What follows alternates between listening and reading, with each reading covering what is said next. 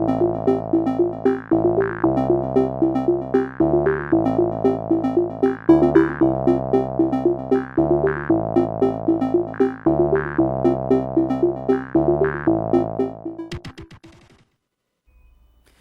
pessoal, esse é o programa Painel da Cidadania, programa que tem como objetivo contribuir para a formação da cultura cidadã. Essa semana a gente vai receber aqui o cineasta Iberê Carvalho. Seja muito bem-vindo, Iberê.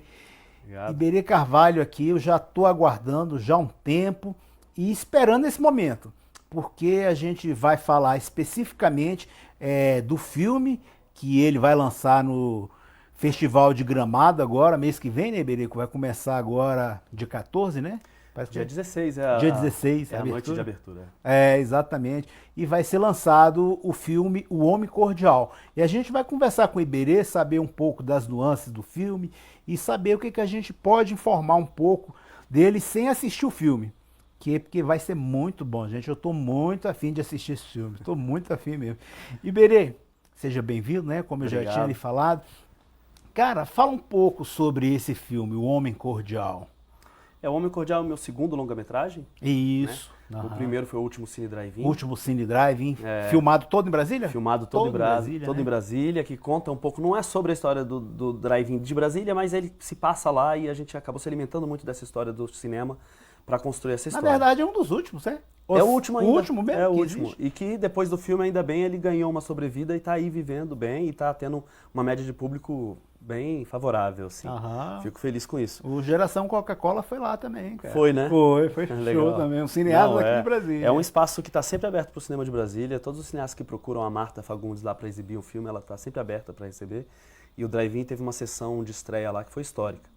E aí, terminei o primeiro filme e fui atrás de um segundo projeto, né? Certo. E é um projeto que nasceu de uma preocupação muito grande do que eu, na verdade a gente, assim, a Maíra Carvalho, minha irmã, que também está comigo nesse projeto desde o início, o Pablo Stoll, que é o co-roteirista do filme, uma preocupação com esse cenário que a gente vê de um crescimento de uma onda de ódio e intolerância que acontece não só no Brasil. E que acontece não só no Brasil, isso vem acontecendo, o movimento de extrema direita ele vem crescendo em vários lugares do mundo, e isso me preocupava muito, e eu parti para uma pesquisa e para me aprofundar nesse tema, para construir um novo projeto. O Último Cine Drive-In é um filme, um drama familiar, super meigo, quem viu sabe que é para toda a família, dá para todo mundo ver, dá para juntar criado e assistir. Esse já é um pouquinho mais tenso, é um thriller psicológico mais tenso, ambientado nesse cenário que a gente vive no Brasil hoje. Então, agora você fez aproveitou o espaço, né, e fez isso no momento que a gente vive, assim, a questão do discurso do ódio mesmo. A gente até comentava há pouco que o momento é o mais adequado para se mostrar esse ambiente e expor isso no filme, né, como arte, e saber que isso não vai levar ninguém. Há pouco eu estava vendo no jornal e vi um arquiteto que colocou uma gangorra no muro entre o México e os Estados Unidos. Lindo aquilo, né? Cara, muito bonito aquilo. Muito louco, né, cara? E a gente vai dialogando com essas pessoas e vendo o que pode mudar. Eu acho que a arte tem um pouco essa função, né? Tem uma frase que eu não me engano... Ainda bem que existe a arte, né? Ainda bem, porque pra gente aguentar a realidade, né? A arte existe porque a realidade, a gente não dá conta da realidade sem a arte para conseguir nos traduzir alguma coisa. Como realizador, né, de uma obra, de um filme, eu não sei se eu tenho essa capacidade de fazer as pessoas, se o filme vai ter essa capacidade de fazer as pessoas terem uma nova leitura sobre a realidade ou influenciar nesse debate. Mas é uma tentativa e é o que eu escolhi para fazer da vida e é o que eu tento fazer e é o que a gente tenta fazer quando a gente produz um filme. Eu acho que o filme chega num momento muito oportuno. Quando a gente filmou em agosto de 2018, a gente filmou ano passado. Era um momento que a coisa já estava tensa, mas não estava tanta quanto hoje. Ainda não havia se institucionalizado o discurso do ódio, né? Hoje a gente vê, a partir de declarações de autoridades... Do próprio presidente. Do próprio presidente, declarações de cunho muito agressiva e muito violenta, né? Então, de alguma forma, ele se elegeu como símbolo uma arma. Sim, eu acho que isso já diz muita coisa. Então a violência está cada vez mais se institucionalizando e o risco disso acontecer. O filme também trata de uma questão que é como a informação chega em cada cidadão. Então, as fake news elas têm um papel muito importante nessa difusão do ódio. E então, o nosso personagem, que é interpretado pelo Paulo Miklos, ele é um vocalista de uma banda de rock que fez muito sucesso nos anos 80, até ali o final dos anos 90. E a banda estava meio em ostracismo, estava parada, e ele está tentando voltar aos palcos. Então, no dia de volta aos palcos, viraliza na internet um vídeo que não conta muito bem o que aconteceu, mas que o envolve na morte de um policial militar. Então, nós que estamos assistindo o filme, a gente não sabe exatamente o que aconteceu, mas a gente vê a reação da plateia no show que expulsa ele do palco, atirando coisas no palco e tal. E a partir dali, o filme ele se passa numa única noite, então é um filme que tem um ritmo muito vertiginoso, que tem um ritmo de thriller psicológico, com muita tensão, onde ele entra numa espiral de ódio e a coisa só vai aumentando e aos poucos a gente vai entendendo o que aconteceu. E aos poucos a gente também vai julgando esses atos dele, e eu acho que coloca o espectador numa posição de repensar o que ele faria se ele estivesse no lugar daquele personagem, né? No lugar do personagem do Paulo Miklos. Ele entra numa pilha, numa divulgação de algo que não tem consistência para demonstrar a verdade. Isso, porque eu acho que é o que acontece, é o fenômeno da internet, né? Isso. Principalmente com as pessoas famosas. As celebridades, aconteceu isso com o Chico Buarque, aconteceu com a Letícia Sabatella, Sim. Acontece com qualquer celebridade que faz uma declaração um pouco torta e que possa ser mal interpretada. Então, as pessoas pegam aquilo, replicam e aquilo cai em correntes de redes e portais de difusão de ódio, até de fake news, e a pessoa passa a ser perseguida pelo aquele ato sem ter nem a chance de explicar o que de fato aconteceu. Então é isso que acontece com o meu personagem, com o personagem do filme. Ele vai entrando numa onda que ele não consegue sair, e aos poucos ele vai conhecendo os personagens reais, os personagens que de fato têm a vida afetada por isso tudo que aconteceu. Interessante. Vamos ver um pouquinho? Pedir para colocar o trailer aqui para a gente assistir um pouquinho e entender um pouco melhor. Legal. Coloca o trailerzinho para a gente ver. Gente, hashtag Aurélia Assassino tá bombando, hein? Tá vendo? Enquanto não tiver uma acusação formal contra você, não tem o que fazer. É só isso, meu. Postaram uma foto nossa aqui, publicaram já. Deixa eu ver isso. Aqui. Vai lá defender bandido em Cuba, vai, ou suas bichas velhas. Vamos voltar. Peraí. Vamos ser o seguinte, peraí, não consigo. Desce aqui! Desce, Aurélio, assassino!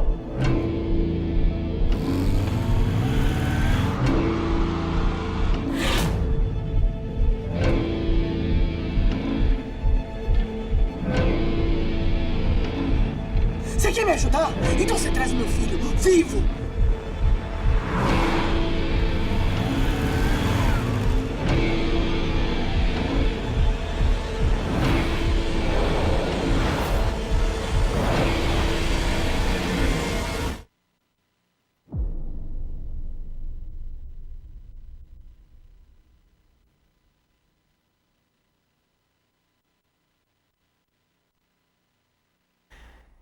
Iberê, a gente viu aí bastante, né? Eu também li as críticas e algumas partes da mídia já comentando o filme e vi que você colocou o Paulo Miklos como um homem branco, rico, né? E que nunca sofreu nenhuma segregação. Então ele não está acostumado a sofrer o que ele vai sofrer nesse filme. E como é que você viu esse enlace aí para poder colocar isso? Então, ao falar desse tema, né, que é um tema muito complicado, porque na medida que você vai vendo o Paulo, com todas essas características que você descreveu, no caso o Aurélio, que é o personagem que ele faz, ele está num lugar muito privilegiado. É um lugar muito privilegiado de quem geralmente não sofre as verdadeiras consequências de um Estado opressor ou de um estado de violência. Exatamente. Não é aquela pessoa lá que o único conhecimento que ele tem do Estado é quando chega o carro para levar o corpo, o carro do IML, ele não tem, ou então a polícia para dar uma batida nos meninos. Porque quem mora na periferia, quem é negro, de cor preta, essas pessoas sentem a opressão o tempo inteiro, dia a dia. Eu não estou nesse lugar e não teria a ousadia de fazer um filme tentando me colocar o meu protagonista nesse lugar por falta de conhecimento de causa mesmo. Isso. Eu me sentiria mal, desconfortável. Aham. Então, esse lugar que a gente tem tanto falado, né, nesse conceito do lugar de fala, o lugar de fala que a gente encontrou para esse projeto foi desse personagem que é um personagem super privilegiado e que se vê numa situação dessa. A ideia do filme, eu não sei se, né, vamos ver se a gente alcançou, é que no começo do filme você acha que ele está vivendo um baita de um drama e que ele é uma vítima dessa situação. Sei. Aos poucos você vai percebendo que isso não passa de problemas pequenos, são white people problems, assim, problemas de pessoas brancas favorecidas e que, na verdade, o real problema não está acontecendo com ele, mas sim com as outras pessoas que estavam envolvidas na confusão, que houve realmente uma confusão, que ele estava passando na rua, viu uma situação que eu não quero contar para não fazer spoiler, né, para não contar o final do filme, mas ele intervém nessa situação e é pego como bode expiatório. Mas as pessoas que estavam envolvidas nessa situação, que é um policial e um rapaz da periferia, e essas pessoas é que realmente sofrem as verdadeiras consequências. Então, aos poucos, na metade do filme, a gente vai percebendo que a verdadeira vítima não é o personagem do Paulo e que o problema é muito mais estrutural do que parece. Vem cá, agora, Iberê, vamos para a parte técnica. A gente falou bastante do filme. A produção desse filme, como é que foi? Quem são os financiadores? É muito difícil conseguir financiamento. A pessoa viver de cinema. Eu falava para você que gostaria de ter estudado cinema, mas não tive essa oportunidade por diversos motivos, diversas causas. E como é fazer cinema em Brasília? Porque a gente vê essas produções maiores, entre ali Rio, São Paulo, é onde se mais produz cinema no Brasil. É verdade. E aqui em Brasília? Então, nos últimos 20 anos, a gente teve uma política de investimento no setor, né, uma política de Estado mesmo de investimento no setor, por ser um setor estratégico, um setor que merece um investimento e um olhar atento para ele, porque os grandes países todos investem no cinema, o Estado. Os Estados Unidos investe pesado no cinema, dinheiro público. Do Estado. Do Estado. Canadá, Inglaterra, Austrália. E por ser estratégico também, porque a nossa cultura é um dos nossos bens mais valiosos. Só nós podemos vender a nossa cultura. O nosso petróleo, alguém pode vir aqui explorar e vender. O nosso ouro, o nosso nióbio, alguém pode vir aqui pegar e vender. Mas a nossa cultura só a gente consegue vender. Eles não conseguem fazer. O nióbio também. Só a nossa cultura só nós conseguimos exportar. E também é uma construção de identidade nacional. Estou falando tudo isso, fazendo essa introdução, porque necessário. Parece um absurdo falar assim, mas o Estado financia o setor, investe no setor de produção cinematográfica e de audiovisual. É muito bom você colocar essas informações, porque nesse momento a gente vê um debate muito grande. O presidente falando, não vamos mais investir no cinema, vamos cortar com essas verbas. E os filmes, para ser aprovados, vai ter que passar na sabatina. Pois é. De uma pessoa a outra. Filtro, né? Chamado... O que é filtro? Filtro é censura, é cortar. Filtro de conteúdo é censura. Né? Você pode ter um filtro técnico. Essa empresa não demonstrou que tem capacidade técnica para fazer. Porque tem trabalho escravo nessa empresa, porque diversas coisas. Mas de conteúdo não dá, né? Como ele referiu a um filme específico. Agora, você vê, as pessoas falam assim, mas por que vai fazer filme com subsídio do Estado, né?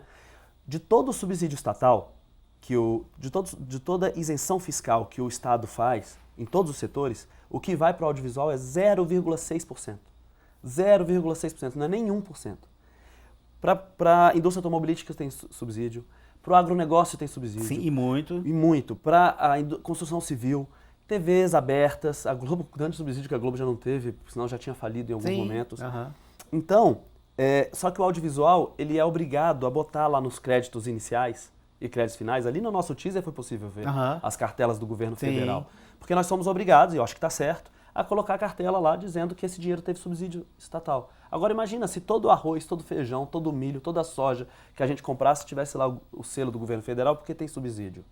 Né? Ou todo carro viesse com adesivo assim, que não dá para tirar no vidro de trás. É verdade. Eu acho que a população ia ter uma ideia melhor e entender que não é só o cinema, não é só a cultura que tem um investimento estatal. Então, nesses últimos 20 anos de investimento do Estado, através da Ancine, da criação da Ancine, Agência Nacional do Cinema, foram estipuladas algumas leis para que a gente realmente desenvolva uma indústria. E uma dessas leis é uma lei de regionalização, Rócio, que diz o seguinte, que 30% de todo o investimento no setor audiovisual, ele tem que ser investido no Norte, Nordeste ou Centro-Oeste. Isso fomentou muito a indústria gerou empregos aqui no Nordeste, no Norte, lugares que antes nunca tinham feito um filme, nunca tinham feito uma série, passaram a produzir, gerando emprego, levando a cultura do DF para o Brasil inteiro ver, para o mundo inteiro ver. Nosso filme agora vai ser exibido lá em Gramado e a gente já fez um filme, O Homem Cordial, o último Cine Drive-In foi exibido até na China. É isso, tá na Netflix, né? Tá na Netflix, agora saiu da Netflix, Da Netflix, mas aham. ficou lá bastante tempo. Mas é porque o contrato é temporário Sim, sim. e aham. ficamos 18 meses lá. Foi para 190 países. Exatamente, O último Cine Drive-In, aham. a cultura daqui. Então o valor disso para o turismo, para tudo, né, é inestimável. Sem dúvida. Então não é fácil conseguir os recursos. O dinheiro do O Homem Cordial para a produção, ele veio parte do FAC, que é o Fundo de Apoio à Cultura do DF, Do DF. Aham. que é um fundo formado por 0,3% de toda a arrecadação do DF. Muito pouco. Arrecadação do DF somente. Aham. 0,3%. E que fomenta vários filmes. E do Fundo Setorial do Audiovisual, que é um fundo federal. Ah, maravilha. Lembrando você de casa que você pode assistir esse e outros programas através do website paineldacidadania.com.br ou solicitando através de mensagem de WhatsApp 6199-811-4665. Todas as nossas redes sociais são Painel da Cidadania. Vocês podem olhar todas, em todas a gente coloca os programas exibidos aqui. Vamos para um rápido intervalo aqui, Iberê, aí a gente volta rapidinho, a gente está de volta aqui com o Iberê Carvalho.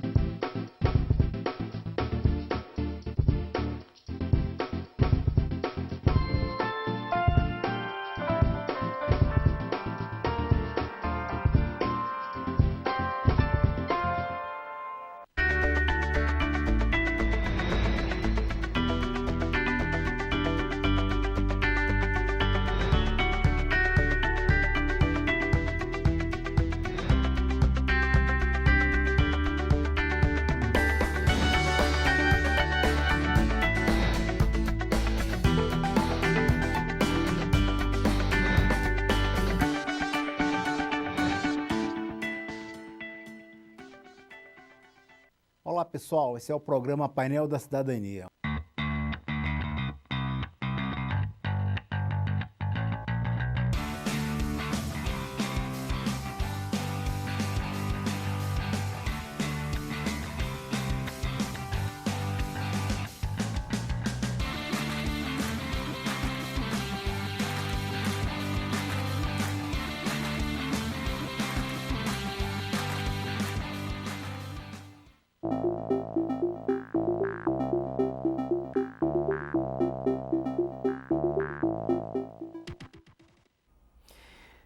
Bem, pessoal, a gente está num bate-papo aqui com o Iberê Carvalho. Iberê Carvalho é cineasta, mora aqui em Brasília e produziu agora um longa-metragem, O Homem Cordial. O Homem Cordial vai ser apresentado no Festival de Gramado, que começa agora mês que vem, 16 de agosto, e a gente está falando aqui sobre a produção do filme, sobre o filme, e vou explorar você mais um pouquinho, Iberê.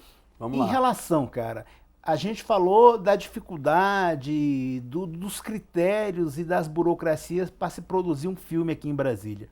E para produzir um longa-metragem desse, é muito caro? O que gasta mais?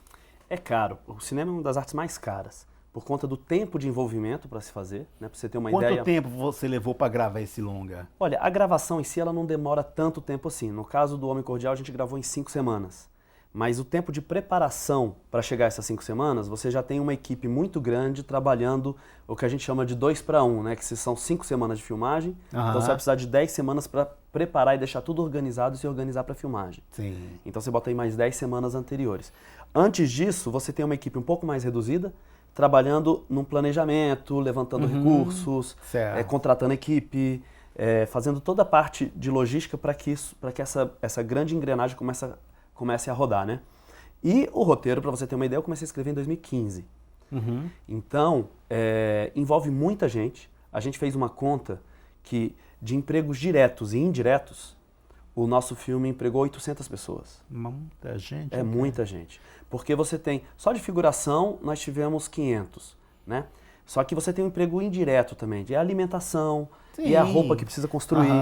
Que não sei o quê. Então, assim, são pessoas que não diretamente estiveram vinculadas com um contrato com a gente para produzir, mas que a gente precisou comprar alguma coisa ou contratar alguma coisa dessa pessoa. Então, a conta é de 800 pessoas. Então, é muita gente e acaba indo muito recurso, né? Antes mesmo do tempo, já tem um retorno para a própria sociedade daquela arte ali, daquela produção. Existe um estudo, tem um estudo que, se eu não me engano, é da FGV, que diz que para cada real investido no audiovisual, volta para a economia, em termos de impostos, R$2,6. Então é um setor altamente rentável para a economia e que gera empregos. É um setor assim que, do ponto de vista racional e econômico, se a gente deixar de lado a questão cultural, da soberania nacional, de criação de identidade, tudo isso que já valeria um investimento, se a gente olhar só do ponto de vista pragmático e econômico, é um setor altamente rentável para a economia e que gera emprego. Se a gente está falando que vive numa crise, se o Brasil está numa crise no momento, seria o pior setor para a gente acabar agora. Exatamente, porque a gente tem que acabar com essa questão de que o Brasil só produz jogador de futebol, só produz carnaval e mulher bonita. Tem artista, cineasta sério que produz arte com muita qualidade e essa arte precisa ser mostrada lá fora. Pois é. Então precisa de investimento. E agora, o filme você vai lançar o filme agora, vai lançar não, como é que a gente fala? Vai exibir. É a estreia. A estreia vai ser no festival. Primeira vez que vai ser mostrado para as pessoas. Vai ser agora em Gramado. Isso. E depois disso daí, para mim poder ir para o cinema. Então, a gente ficou muito feliz com a seleção de Gramado. É um festival muito importante, já está na sua 47ª E a seleção é muito criteriosa muito e difícil. criteriosa, né? São 7 filmes. 7 filmes brasileiros foram selecionados de toda a safra do ano. De repente você já vem com um caneco de lá, cara. Quem sabe? Eu fui pra lá com o último Cine Drive-In, a gente então foi pra lá e voltamos com quatro Quiquitos, né? Que é o nome do prêmio lá de Gramado. Prêmio. A gente voltou com 4 Quiquitos, mas não levamos o de melhor filme. Esse ano eu tô com essa expectativa. Mas tem muitos filmes bons, tem vários filmes, tem o Web. Em Gramado são só de Gramado, só filmes produzidos no Brasil. Lá tem 2 competições, tem a competição de filmes brasileiros e tem a competição de filmes latino-americanos.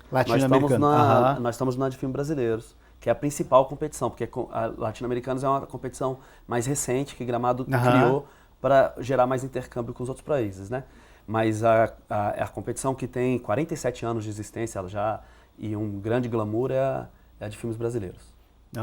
Maravilha. E como a gente ia falando, é exibido, a estreia é feita em Gramado e para ir para o cinema, como é que a gente vai poder fazer? Isso sofre mais um gasto, divulgação, como é que se diz? A reprodução do filme. Você colocar o filme, antes era película, agora é um CD. São HDs. São HDs. Você produz no HD HD e leva para o cinema. Só que tem a distribuição, né? Tem a fase do desenvolvimento, que é quando a gente escreve o roteiro, a fase da produção, que é quando a gente faz o filme propriamente dito, e agora é a fase da distribuição. A distribuição tem empresas especializadas nisso, mas tem um custo para fazer isso. Certo. A gente tem que fazer o filme chegar no máximo de salas possíveis no Brasil e a gente tem que fazer com que as pessoas saibam que esse filme está lá para ser exibido. Com todo quanto é tipo de propaganda na televisão. Propaganda na televisão, outdoor, cartazes, enfim. Conta com a TV comunitária que a gente vai fazer. Esse espaço que você já está nos cedendo aqui para falar do filme já é muito valioso, porque o cinema você vende expectativa. As pessoas, elas criam expectativa de ver por algo que elas não sabem se elas vão gostar ainda, né? É diferente de comprar um produto ali que você já conhece. Uma cerveja que você conhece, você paga e toma e você sabe exatamente o gosto que você vai encontrar. O cinema não. Você não quer saber nada antes. Você paga para descobrir como é. Então a gente tem que gerar expectativa em cima do filme. E aí a gente pretende ir para Gramado. Depois vamos tentar outros festivais nacionais e internacionais. E a expectativa é chegar nas salas de cinema aí, nas melhores salas de todo o Brasil, no início do ano que vem. Maravilha, estou torcendo para isso e quero assistir, ó, as férias agora de 2020, eu quero assistir O Homem Cordial. o filme O Homem Cordial. Agora, Iberê, a gente falou da produção, falou do filme, e o que você acha, qual a expectativa das pessoas para esse filme? A gente falou, você falou aqui que o filme é uma expectativa, as pessoas criam a expectativa para assistir e de acordo com o que elas sabem do filme, elas vão se interessar para assistir.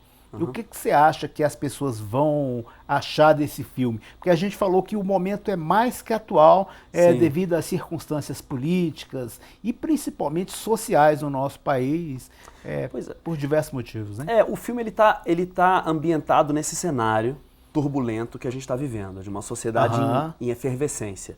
Mas ele é um thriller, né? Um thriller é um gênero de cinema, onde é um filme quase um filme de suspense misturado com ação.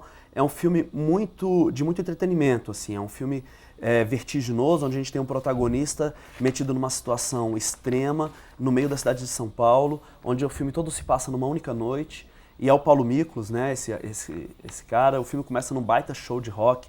Nós temos a participação do Taíde, que é um dos maiores rappers, né, do Brasil, que está aí no nascimento da cena do rap. E nós temos um elenco bem legal no filme.